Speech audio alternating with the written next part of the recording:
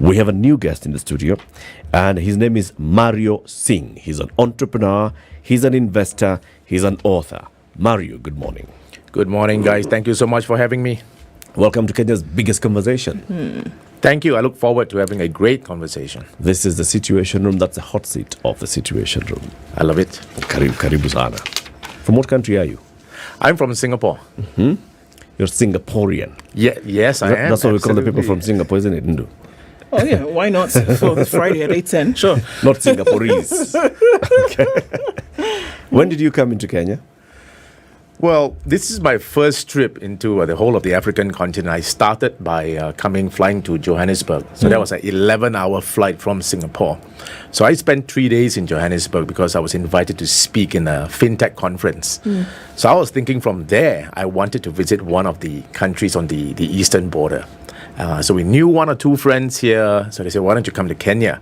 So I said, okay, let's do that. And the rest is history. I'm here. Karibu sana. So what is it that you do?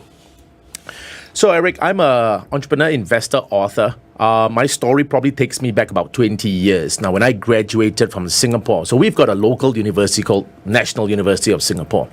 Singapore is a country that doesn't really have any resources. So when a country was being built, literally the resource is the human being, is the person. So we go to work on ourselves, and all our parents, will tell us, go work hard, go study hard. So when we studied hard and I failed university miserably in a sense, I came out with something called third class honors.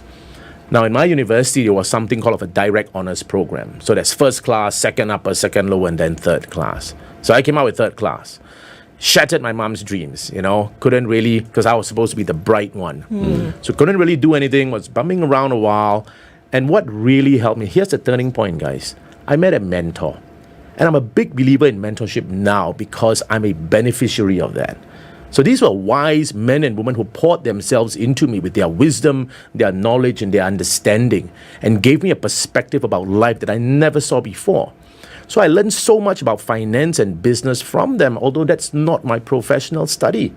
And today, after I fast forward all these years, the companies that I've built, the medias that I've been on, the books that I've written, I attribute all of it to the mentors who have gone before me, who have downloaded and taught me all these values in me, and I want to share all of that with the world. What was it about that mentor? So what was he? Was the mentor an employer?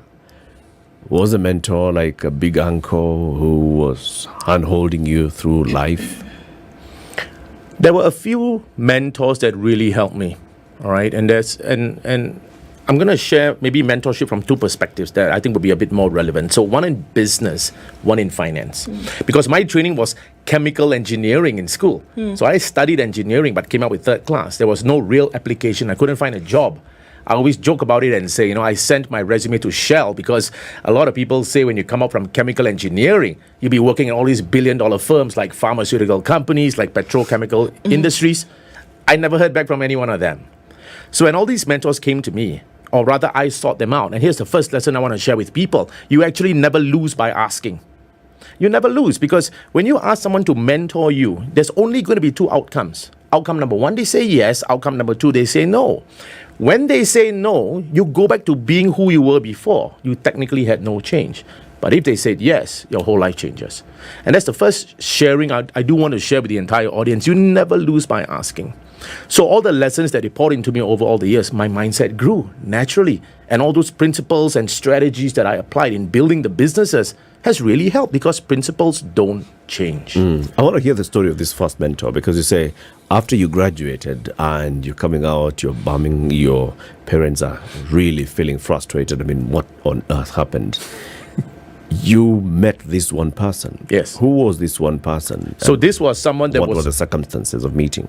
This was someone that was introduced to me by a friend. So during the times, I'm not so sure in Kenya we have, there's something called multi-level marketing and all that, right? Yep. But in Singapore, there was also people who say, Mario, come and see, there's opportunity. So my friend had all this passion. When I met this guy, and the first thing that he spoke to me was this, right? And he actually said it in Chinese. So I speak Chinese a bit. I'm going to say the sentence in Chinese because it reverberates to me, throughout me, till today. He said this and I'll explain it. Okay? He said, 世界上没有成功的事业，只有成功的人。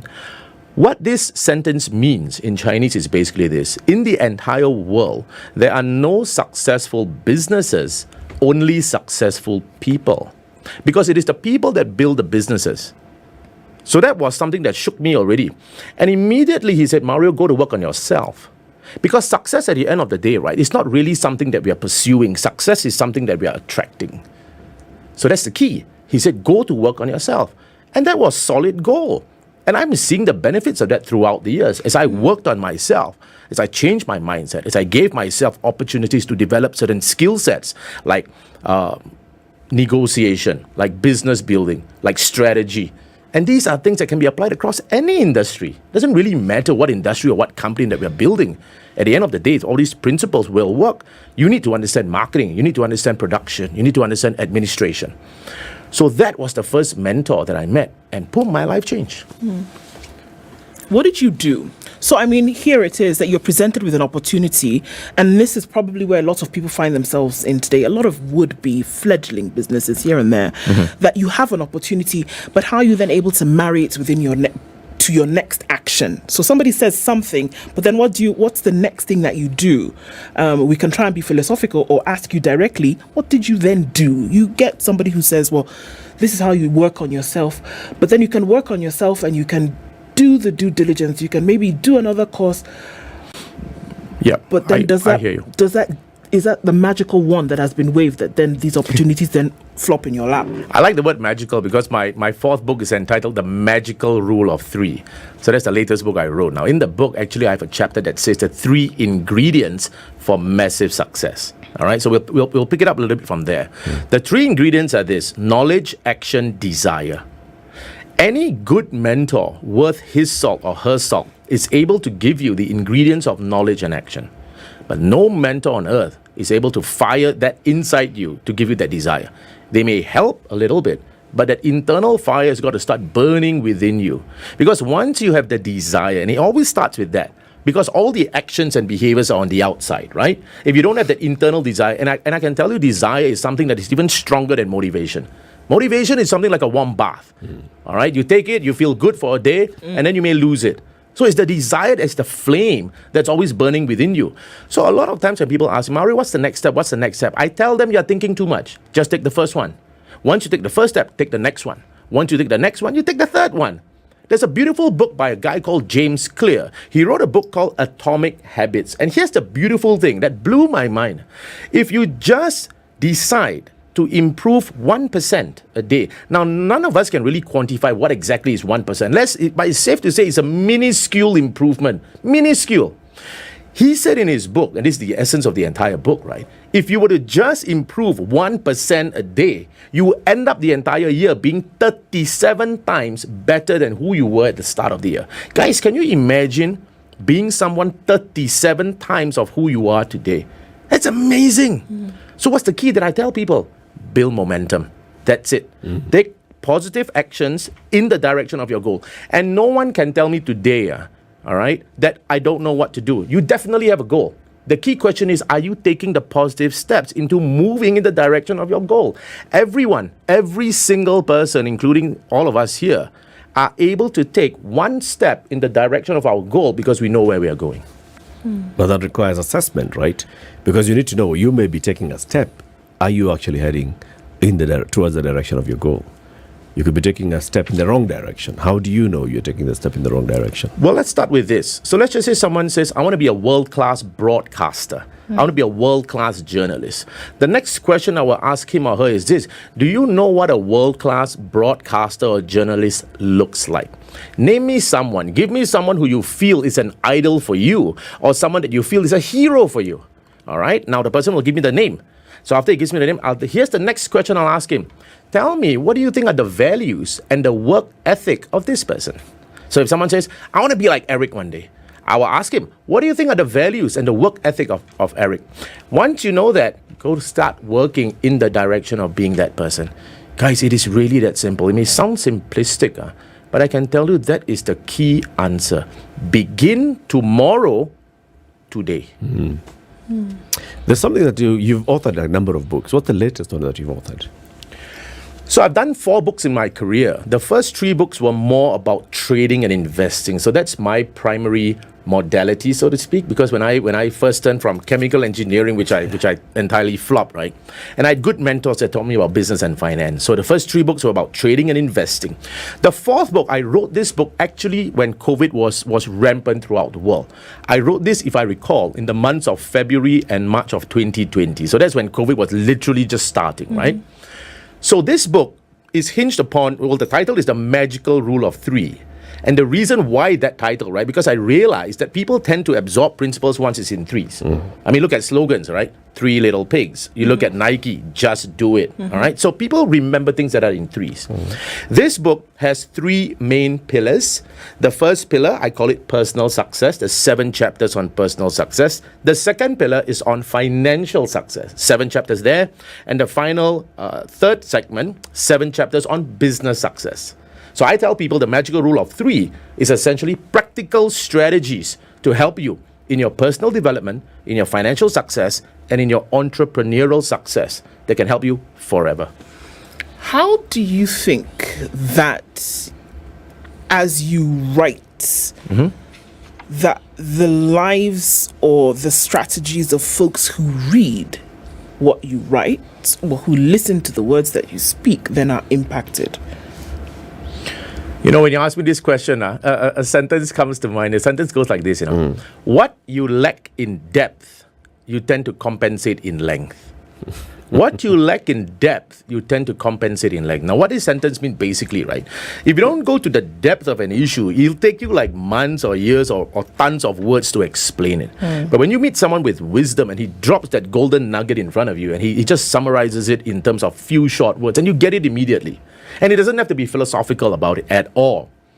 So I've had those lessons from my mentors who one look at me will tell me, Mario, this is the problem with you, right? So honestly, when we seek out good mentors, the first key thing, guys, we have to lower down our ego, right? Because these are the people that have walked the path. And as long as we have that humility to say, okay, I will learn, I will put down my ego. Because at the end of the day, the person that we are now is a result of the past decisions and the past actions that we have taken that resulted in the person we are today.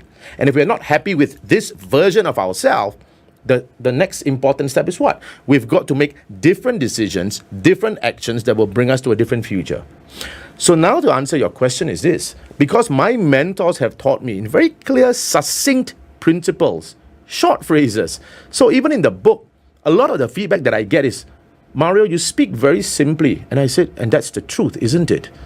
Simple is simplicity. Success is not complicated. The problem is all of us. Human beings tend to make it complicated. Either number one. Let me share this one last sentence, guys. On this train of thought, sorry. So the train of thought is this, okay? Over all the years, because I'm in business and finance, and people say, Mario, teach me something that can make me successful. I ask them a reverse question. The reverse question is this. I say, why are you not rich? And they get a shock. Because it's either number one, and I say, I'll tell you 2 reasons why. And it's either one of these 2. Number 1, you didn't study the rules of wealth. Or number 2, you're failing to adhere to the rules. It's one or the other. Simple as that. You did Go not study the rules. And if you studied it, are you applying? Guys, it's that simple. And this is when someone asks you, why?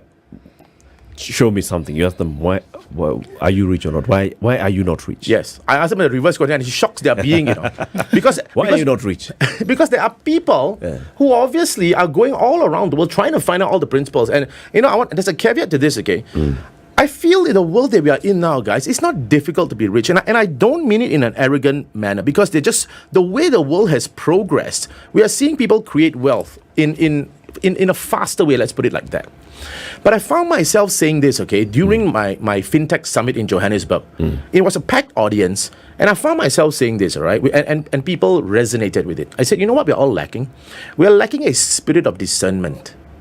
And a sentence I said this, I said, even the Bible says, right, that even Satan can mask himself as an angel of light. This is the kind of world that we're living in now. How would you know when you're seeing someone who looks quote-unquote successful, that this is someone that's worth his salt or her salt that you can follow? Because the problem is, many people in the world today just see success as someone who has a lot of money, right? And they chase that. Yeah. But it could be building on the wrong foundation. If you're not building it on a strong cornerstone, on a solid foundation, everything else is just shifting sand. So the two keywords I shared with people, where is the moral imperative in everything that we are doing? Let me give you an example of that statement, okay? People can come to me and tell me, Amara, how do I make money? Well, there's a million ways for you to be making money. The question is, should you be doing that? That is the moral imperative. Should you be doing this? So I think that's where the key statement is, where I feel a lot of young people are probably not understanding this. Practical strategies are a dime a dozen, guys. The question is the moral imperative. But are you rich? Well, that depends on what that means. You know, in terms of material comfort, sure. I am. I live comfortably. I drive a Ferrari. In the same context that you asked that person. Yes. Why are you not rich? Yes. Are you rich? Yes, I am. And the key question is this, and I always deflect. When I say I deflect the question, or I go deeper with people. I said, tell me your definition. Right? Because the problem with the world, and why I always shock people by saying, yes, I drive a Ferrari first. So it kind of gets the materialism out of the way at the start. I'll tell them, yes, I do. But I can tell you guys, and a lot of people on Facebook, even my closest friends, hey, bro, I didn't know you drive a Ferrari. I say, yeah, I don't show it off. I buy it only because I enjoy driving. It's a work of art. It's a wonderful car. Here's my definition of success, guys, which I wrote in my book. There's 6 P's in it. Success is the passionate, persistent, progressive pursuit of a productive purpose. Now, this is true success.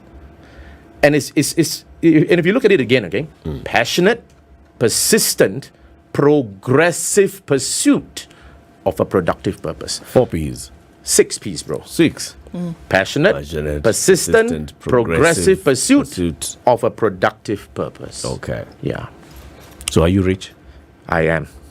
Are you, Eric? I don't know. What's your definition of I rich? just gave it to you. Success and rich? I put that together. Okay. Here's the reason why. What are we rich in? The problem with the world is that we tend to confine rich in terms of material comfort. I apologize if I want to use a couple of Bible verses. I'm a Christian, all right? The Bible actually says you cannot serve God and mammon. And the Bible is never wrong. And what that basically means is if you are building your entire life of the richness of material comfort, you will fail. There's nothing wrong with becoming rich. The question is the richness of materialism getting you? So there's nothing wrong with getting wealth, but is wealth getting you? So I feel, and this is something I was just having a discussion with my kids the other day, man. And I was telling them, I said, what Daddy wants to really teach you is not to become rich. Because what I leave to you is not going to be as important as what I leave in you. Values and principles. And that's actually one of the parenting mandates with my wife. We must teach the kids values. And that's something I'm teaching all my senior executives in my organization as well. Values and principles must be the moral compass of every single person. So what's your business now? You're an investor, you're an entrepreneur. Yeah. Let's talk about the entrepreneurship side. Sure. So in my current stable, I mean, besides the companies that I invest in on the outside, here's a little bit of the companies that I build on the inside, okay? Yeah. So there are 3 companies in my stable. The first is a marketing and events company that's called Pipbox Group. That company holds the rights, the intellectual property to all my books, my programs, my courses. Okay. That company is called Pipbox Group. The second company is called Fullerton Markets. Now, Fullerton Markets is basically a brokerage firm. We are one of Asia Pacific's fastest growing multi-asset brokerage firms. What is a brokerage firm? It's essentially a trading platform that people can be trading currencies, stocks, crypto, indexes, oil, gold, silver, and the like.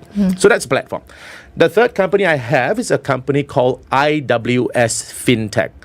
I resolved about 5 years ago, I needed to understand more about blockchain and the Web3 universe. So I built a company around it, hired some solid executives, and they are taking that company forward. That deals more on the B2B side. So meaning to say I hired professionals who can then consult companies in different industries who want to implement certain blockchain technologies. In a nutshell, that's what I do on the business side. All right. So that's Fullerton Markets. That's right. Okay. And it has offices globally? We do. And part of the reason why I'm here in Kenya is to actually explore the market to see whether or not it's viable for us to start both education, and a brokerage business right here in Kenya. Let's take a break. It's 29 minutes to 9. We have in studio Mario Singh. He's an entrepreneur, he's an investor, he's an author, he's a founder and chairman of Fullerton Markets. He's here to talk about the PEEP revolution. That is something we want to understand. What PEEP revolution is. It's PIP, not Peeping Tom. This is the Situation Room, the only way to start your day.